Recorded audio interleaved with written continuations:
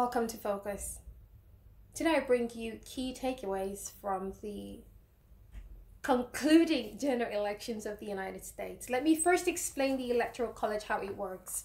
In simple terms, the largest states, depending on the population of a state, you are allocated a certain number, which is higher than another state who would have or hold a lesser figure of population. So California, for instance, holding the largest electoral votes, they hold that because of the large population that they have. So if a candidate, let's say Donald Trump or Joe Biden won California, by the way, if he won the most, he had the most votes in that state, it then meant that he claimed the whole electoral votes, the whole 53 electoral votes for that state.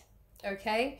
And then I know this is a bit confusing because it is not vote per vote that is counted generally as a unit for the United States of America as a country. It is state by state. And if a candidate has the most popular votes in a smaller state, it doesn't really count, because then if you win the likes of California, Georgia, Florida, and so on and so forth, you get more. That's what it means, okay? Whereas there are some medium states though that can get a good number, but then that's the simple ABC of the electoral votes and Electoral College. And that is why in 2016 Hillary Clinton did not win the elections because of the Electoral College. I know there are arguments for and against the system because some people believe it's a supremacist system. This is not a color thing now, it's just who holds the wealth, who can sponsor, who has more influence in a state, then it would, somehow automatically swing in that candidate's favor. Okay, to other significance of the concluding elections, there are a couple of states being counted as we speak. Well, these are some key takeaways I thought to share with you as we hope for the best on the 20th of January. So if you didn't know,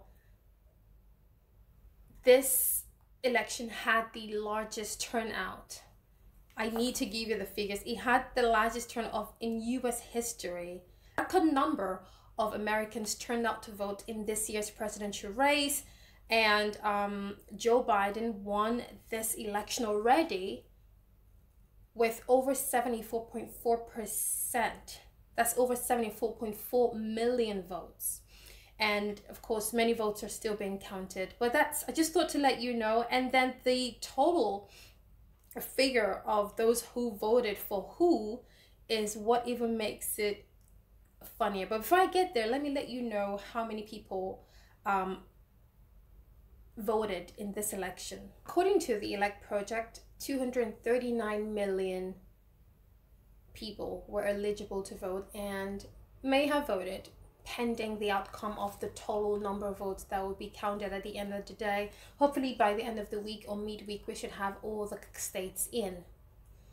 This was significant. But then another thing that was even more significant is that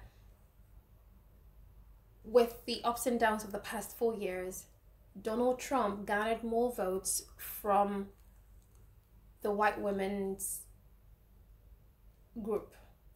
That is an interesting statistic that I've not been able to wrap my head around, as many other people as well, because he had a lower turnout with the men. It is confusing how women whom he had abused, disrespected, even if they didn't disrespect you directly, he disrespected lots of female newscasters. He disrespects his wife on a daily with the cold shoulders he gives to her in public. He disrespects everyone, maybe apart from his daughter, Ivanka. And when he said grab them by the pee, that was enough reason for women to turn against this man. But you know what?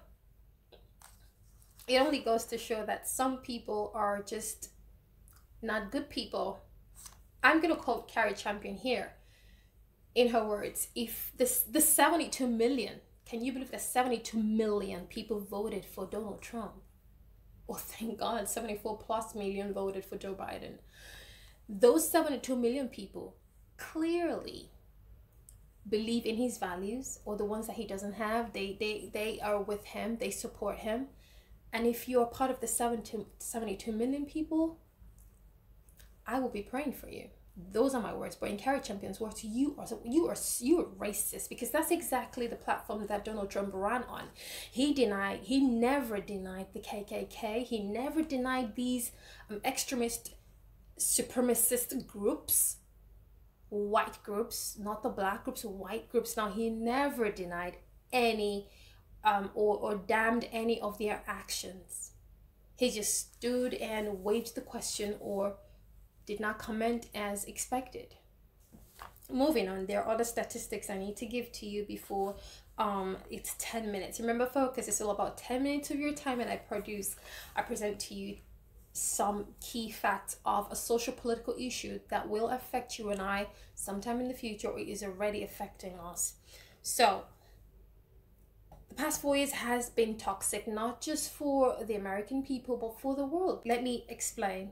So the economic implication of this election, so economists are projecting a good yield for the Biden-Kamala presidency or leadership. There would be stability in the runnings of the country, because if you flash back to 2018, when the whole trade war started, thanks to Donald Trump not being a fan of China's president, and then he issued increase in tariffs and everything, and it became a petty fight, and China responded too, because they're a war part in a way, and that has gone on. Well, can I shock you that it's not over yet? Yes, the tariffs they're a bit normal, there's some sort of cushion, but it hasn't gone away. Anyways, that is one volatile part that Donald Trump brought into the world. Let's look at security.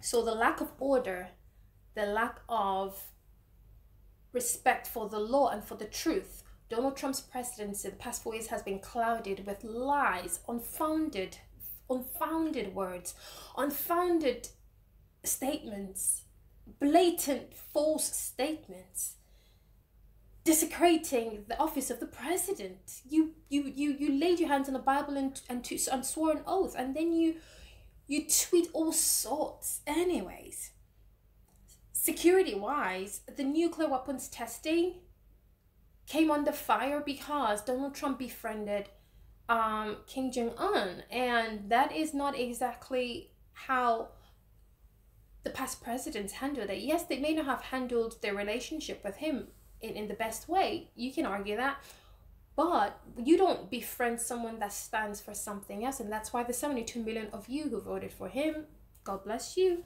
and I pray for your forgiveness. Nuclear weapons, which is a threat to the world. North Korea kept testing. They kept testing what they were testing. Level. The KKK, again, the white supremacist group, the extremist groups, the George Floyd matters, the killings of black people, it took a different turn in the past 2 years, and Donald Trump never said anything that was comforting. Okay, another reason why this election is going to be one that the historical books would look back on and say, this was the election.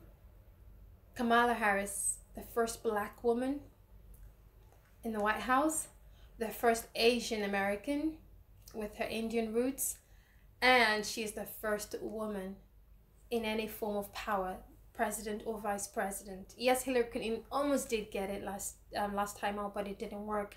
But here we are again. It's not just a woman, it is a black woman, which is very significant, being that white supremacy is a bad thing, and being that Donald Trump stood on that platform, rocked that platform, and he didn't like women, or at least he only liked women for different reasons. He thought that, or he thinks, and he suggests every time with his actions that women are under men. Congratulations, Donald Trump.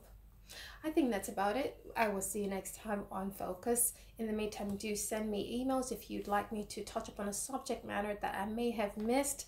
Um, it is in conversation with Zoe at gmail.com. Thank you for watching. And on the final closing out note, I just want to say that I was telling my niece the other day that this means that good, no matter what, will win over evil. Take that however you want. I'll see you next time. Bye.